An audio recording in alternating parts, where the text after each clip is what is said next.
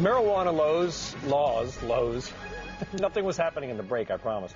As you know, them may soon be up in smoke. Democratic Congressman Barney Frank and Republican Congressman Ron Paul reaching across the aisle to introduce new legislation that seeks to legalize marijuana at the federal level. So has the country literally gone to pot? Are we that desperate that marijuana might be the miracle drug to help our economy? Or has it been a reliable revenue stream all along? We've just been blinded by poor policy. Well, joining us now with Keith Straub, founder and chief legal counsel at NORML, the National Organization to Reform Marijuana Laws, and retired FBI agent Bob Hammer. Thank you so much to both of you for joining us. Bob, what do you think? Is this a good decision? To me. Bob, can you hear us? Oh, I'm sorry. No, I guess I can't hear you.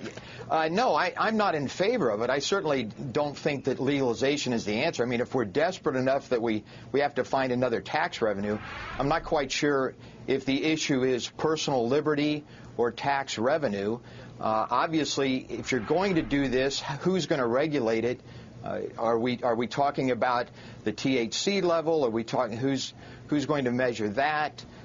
Who's going to make sure that it's only a certain number of grams that are distributed at any one time? If it's a personal liberty issue, then obviously that's up to the electorate. But I don't see it as a law enforcement personnel. I don't see that this helps us to regulate marijuana. But you can't deny, Keith, that it's got to be a good source of tax revenue, which we badly need. Well, I think on both points, it's a great source of tax revenue. There are a number of studies. They vary from a minimum of $10 billion a year that could be raised by the states in a new revenue stream. Some studies show as much as $34 billion a year. Last year in California alone, the legislature estimated they could raise $1.4 billion a year. But let me quickly talk about the personal freedom issue also. I'm a 67-year-old attorney. I first smoked marijuana when I was a freshman at Georgetown Law School, and I've been a regular smoker ever since. There are tens of millions of marijuana smokers in this country who are good citizens, who work hard, who raise families, and who contribute to their communities in a positive way. We are not criminals, and we should not be treated like criminals. But Keith, you got to admit though, and you would know that the pot of today is a lot different than it was 30 years ago. It's a lot stronger, right? So well, what's the risk then? What's the danger? Well, first off, keep in mind that no one has ever died in the history of mankind from an overdose of marijuana, so it's a relatively harmless drug. Now, I agree with you. Just as hard alcohol is much stronger than beer and wine, the same thing's true with stronger marijuana, so you simply smoke less of it. But let me make this point if I can.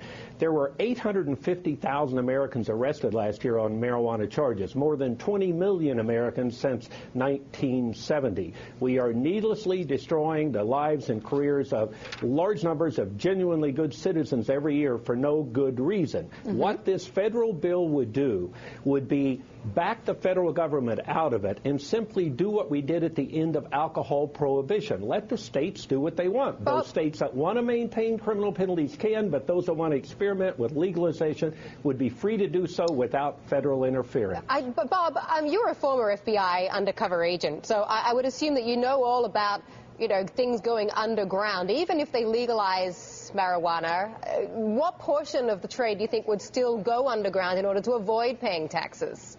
Well, certainly. I spent 3 years undercover in a case called Operation Smoking Dragon. It began with counterfeit cigarettes. The whole idea of why Chinese nationals were smuggling counterfeit cigarettes into the United States was to avoid these taxes. We see the issues on the East Coast where certain states, the cigarettes are being smuggled in from certain states into the high revenue states to avoid the taxes. So the tax issue, I understand the argument that NORML makes, and maybe it's up to the electorate to decide, but as a tax revenue issue, who's going to enforce this? We're creating a larger bureaucracy to enforce the tax revenues. Well, our answer Bob, would be... I would add to that, Bob, that it costs about $50,000 a year to house a prisoner in the state of California. We know many people are in jail, so tax revenue, $50,000 a year to throw a couple 100,000 people in prison every year. How many people in California are actually in prison for use of marijuana? I don't know the answer. I'm asking you. Well, I can tell you this, that there are hundreds of thousands of Americans locked up right now in nonviolent drug offenses, and roughly 49% are there for marijuana offenses only. Nonviolent marijuana offenses. All right. Keith and Bob, hey, a good debate. Thank you both very much. We appreciate it. Mandy, one of our viewers, writes in, I think very adroitly, that if this passes, go long Hershey's, Right. short Nike. Munchies. I would throw in Yum Brands, Taco Bell. Anything munchy.